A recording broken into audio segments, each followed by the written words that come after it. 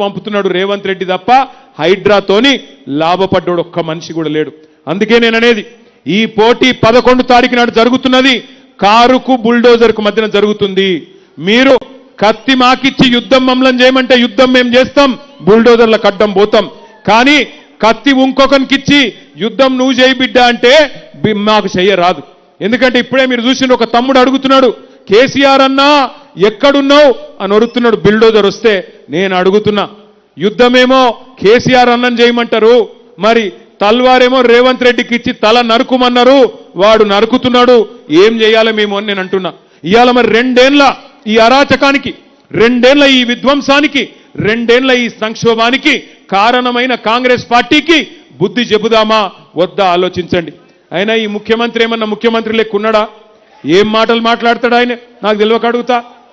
మొన్న చెప్తున్నాడు, మా తమ్ముళ్ళు చెప్పాలి, ఆయన మంత్రి చేసిండు అజారుద్దీన్ని. మన దెబ్బకు అజారుద్దీన్ బైసాబ్ను మంత్రి చేసిండు. చేసినాక చెప్తున్నాడు, మొన్న మీటింగ్లో వెంగళరావు నగర్లో నేను చూసిన, అజారుద్దీన్ అట వరల్డ్ కప్ తెచ్చిండట. ఏం చెప్పాలి?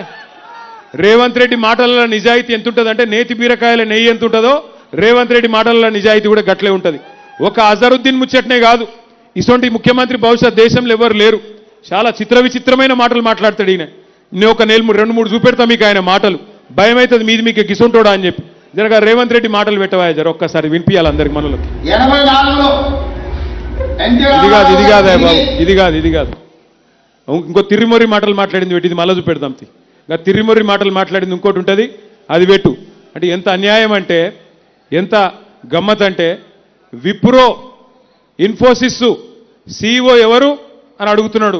ఒకసారి మీకు చూపెడతా, ఇప్పుడే మీరు చూడుర్రి, గా వీడియో ఒకటి చూపెడతా నీకు. అట్లాగే ఇంకొక మాట కూడా నేను మీకు విజ్ఞప్తి చేస్తా ఉన్నా. ఈ ముఖ్యమంత్రి గారు పోనీ 6 గ్యారంటీల విషయంలో ఫెయిల్ అయింది, అందరికి ఎరికే. కేవలం ఒకటే ఎత్తుకున్నాడు ఆయన. 2 ఏళ్ల నుంచి టైంపాస్ కార్యక్రమం పెట్టుకున్నాడు. కేసీఆర్ గారిని తిట్టాలే, ఆ పూట గడపాలి. కేసీఆర్ గారి మీద కేసు పెడుతున్నా అని చెప్పాలి, ఓ పూట గడపాలి. ఒకరోజు ఫోన్ ట్యాపింగ్ అనాలి, ఒకరోజు కాళేశ్వరం అనాలి, ఒకరోజు ఫార్ములా కేసు అనాలి, టైంపాస్ చేయాలి, ప్రజల దృష్టి మరల్చాలనే చిల్లర ఆలోచనలు తప్ప ఒక్కటంటే ఒక్క హామీ ఇప్పటి వరకు అమలు చేయలే. ఏమన్నా మాట్లాడితే ఒకటే చెప్తాడు, ఫ్రీ బస్సు చేసినా అంటాడు. నేను అడుగుతున్నా మా ఆడబిడ్డల్ని, ఫ్రీ బస్సు బాగుందా అమ్మా? బాగుందా తల్లి? ఫ్రీ బస్సు కథ ఏంటంటే, మహిళలకేమో ఫ్రీ అట, కానీ మీ ఇంట్లో ఉండే మగవాళ్ళకు డబుల్ టికెట్ అట, మీ ఇంట్లో ఉండే పిల్లలకు 25% బస్ ఛార్జీలు పెంచిరట, బస్ పాస్. ఇక అదేం ఫ్రీ పాడైంది? కుడి చేత్తో ఇచ్చుడు, ఎడమ చేత్తో మళ్ళీ గుంజుకున్నాడు, అది ఎట్లా ఫ్రీ అవుతుంది? అట్లాగే ఒక్క గ్యారంటీ అన్న అమలు చేసిండా? ఇవాళ మరి ఓట్లు అడిగేతందుకు రేవంత్ రెడ్డి గారు నేను అడుగుతున్నా, మేము 10 ఏళ్ళు ఏం చేసినామో చెప్పి ఓట్లు అడుగుతున్నాం. 10 ఏళ్ళు ఏం చేసినామో, ఎన్ని కేసీఆర్ కిట్లు ఇచ్చినాం, ఎన్ని లగ్గాలు చేసినాం, కళ్యాణ లక్ష్మి, షాదీ ముబారక్ పేరు మీద జూబిలీ హిల్స్లో ఎట్లా 4000 డబుల్ బెడ్రూమ్ ఇల్లు ఇచ్చుకున్నాం, హైదరాబాద్లో 1,00,000 డబుల్ బెడ్రూమ్ ఇల్లు ఎట్లా కట్టినాం, ఇవన్నీ చెప్పి ఓట్లు అడుగుతున్నాం. 42 ఫ్లైఓవర్లు, ఐటీ పరిశ్రమ ఎట్లా పెంచినాం, తెలంగాణ ఆర్థిక ముఖ చిత్రం ఎట్లా మార్చినాం, తెలంగాణ వ్యవసాయ ముఖ చిత్రం ఎట్లా మార్చినాం, తెలంగాణలో సంపద ఎట్లా పెరిగింది, ఒక్కొక్క ప్లాట్ విలువ ఎట్లా పెరిగింది, ఒక్కొక్క జమీన్ విలువ ఎట్లా పెరిగింది, ఇవన్నీ చెప్పి ఓట్లు అడుగుతున్నది బీఆర్ఎస్. నువ్వేం చేస్తున్నావయ్యా? ఏమంటున్నాడు మొన్న మీ కాడికొచ్చి, మీరు నాకు ఓటేయకపోతే రేషన్ కార్డులు రద్దు చేస్తా, నువ్వు నాకు ఓటేయకపోతే తెల్ల సన్న బియ్యం రద్దు చేస్తా. నేను అడుగుతున్నా రేవంత్ రెడ్డిని, వెంగళరావు నగర్ డివిజన్ నుంచి అడుగుతున్నా, నీ అయ్య సొమ్మ, నీ అత్త సొమ్మ, ఎవడి సొమ్ము రద్దు చేస్తందుకు గల్లా బట్టి మీరు మాగంటి సునీతమ్మని గెలిపియండి, అసెంబ్లీలో గల్లా బట్టి నిలదీసి మీది మీకు ఇప్పించే బాధ్యత మాది. ఎందుకంటే రేవంత్ రెడ్డి అనేవాడు ప్రజల సొమ్ముకు ధర్మకర్త తప్ప అదేమైనా అత్త సొమ్ము కాదు, అబ్బ సొమ్ము కాదు. ఒక్కసారి ఆయన తిర్రిమొర్రి మాటలు ఒక్కసారి మీరు వినాలా. ఎంత గమ్మత్ ముఖ్యమంత్రి మనకున్నాడో ఈ దెబ్బకు మీకు అర్థమవుతుంది. ఆ వీడియో పెట్టమ్మా, లేదా ఉన్నదా? సరే, ఒక్క మాట మీకు చెప్పాలా. జర రాగురా భయ్, నీ దండం పెడతా, జర రాగు, నీకు దండం పెడతావు. నేను ఈడ మొత్తుకొని నువ్వు ఆడ మొత్తుకుంటే ఎవరికి అర్థమవుతుంది? నువ్వు ఇంకొక మాట మీరు ఒక్క మాట దయచేసి ఆలోచన చేయండి.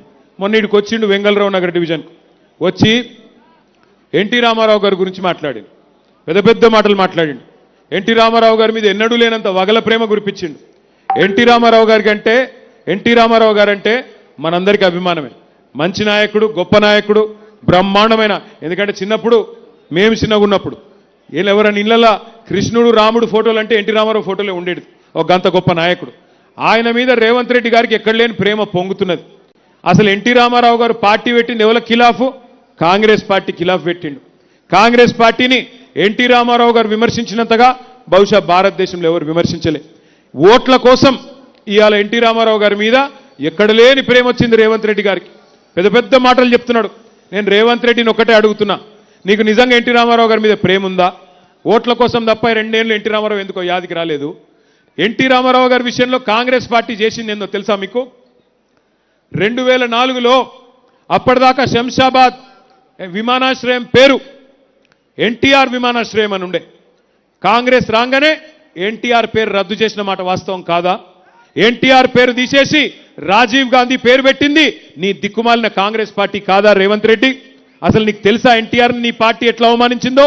83లో ఎన్టీ రామారావు గారు పెద్ద మెజారిటీతో గెలిస్తే ఆయనను ఆనాడు ఇందిరాగాంధీ ప్రభుత్వం గవర్నర్ అడ్డం పెట్టుకొని అప్రజాస్వామికంగా తొలగించింది నీ దిక్కుమాలిన కాంగ్రెస్ పార్టీ కాదా? గుర్తుందా నీకు? అసలు నీకు తెలుసా? అప్పుడు నువ్వు యాడున్నావో ఏ పార్టీలు ఉన్నావో ఎవరికి తెలియదు. ఇవాళ ఈయనకు ఎన్టీ రామారావు గారి మీద తెగ ప్రేమ పొంగుతున్నది. ఒక్కసారి ఎన్టీ రామారావు గారి మీద రేవంత్ రెడ్డి ఏం మాట్లాడిండో ఒక్కసారి మీరు చూడాలని చెప్పి నేను కోరుతా ఉన్నా.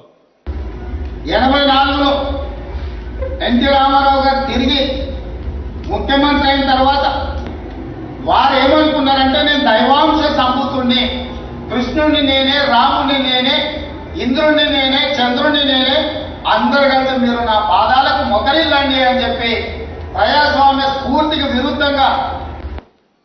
అర్థమైందా అసలు కథ? ఎన్టీ రామారావుకు అహంకారము, దేవుణ్ణి అనుకున్నాడు అని ఆ రోజు మాట్లాడిన కాంగ్రెస్ ముఖ్యమంత్రి ఇవాళ ఓట్లు రాగానే ఓట్ల కోసం నేను ఎన్టీఆర్ గారి విగ్రహం పెడతా అంటుండు. నువ్వేందయ్యా పెట్టేది ఎన్టీ రామారావు గారి విగ్రహము? మేము పెట్టినాం ఎన్టీ రామారావు గారి విగ్రహాలు. ఎన్ని పెట్టినామో ఒక్కసారి చూపెడతా నేను మీకు. ఖమ్మం జిల్లాలో ఖమ్మం పట్టణంలో బ్రహ్మాండంగా 70 అడుగుల లక్కారం పార్క్ దగ్గర 70 అడుగుల విగ్రహాన్ని పెట్టింది బీఆర్ఎస్ ప్రభుత్వం, బీఆర్ఎస్ నాయకత్వం. కూకట్పల్లిలో ఒకటే రోజు 3 చోట్ల ఎన్టీఆర్ గారి విగ్రహం పెట్టింది మేము. మాగంటి గోపీనాథ్ గారు మోతీనగర్ చౌరస్తాలో ఎన్టీ రామారావు గారి విగ్రహం పెట్టిన ఫోటో మీరు చూడొచ్చు. ఎన్టీఆర్ గారి విగ్రహం విషయంలో కూడా నేను ఒకటే చెప్తా ఉన్నా, ఇట్లాంటి దిక్కుమాలిన కాంగ్రెస్ పార్టీ, ఏ కాంగ్రెస్ పార్టీకి వ్యతిరేకంగానైతే ఎన్టీఆర్ గారు పార్టీ పెట్టినారో ఆ పార్టీ కనుక ఎన్టీ రామారావు గారి విగ్రహం పెడితే ఎన్టీఆర్ గారి ఆత్మ కూడా ఘోషిస్తుంది. అవసరమైతే మీరు మాగంటి సునీతమ్మను గెలిపించండి, సునీతమ్మను దేదీప్యమ్మను ఇచ్చి వాళ్ళిద్దరి చేతుల మీదుగా మా పార్టీ ఆధ్వర్యంలో ఎన్టీ రామారావు గారి కాంస్య విగ్రహాన్ని పెట్టించే బాధ్యత నేను తీసుకుంటా అని చెప్పి నేను మీకు విజ్ఞప్తి చేస్తా ఉన్నా. ఇట్లాంటి దుర్మార్గులు ఓట్ల కోసం డైలాగులు కొట్టేటోళ్లను దయచేసి నమ్మవద్దని చెప్పి నేను కోరుతా ఉన్నా. ఇంకొక మాట కూడా నేను మిమ్మల్ని ఆలోచించమని కోరుతా ఉన్నా. మీరు న్యాయ నిర్ణేతలు. 10 ఏళ్ల కేసీఆర్ గారి ప్రభుత్వ పరిపాలన మీ కళ్ళ ముందే ఉన్నది. 2 ఏళ్ల ఈ దుర్మార్గ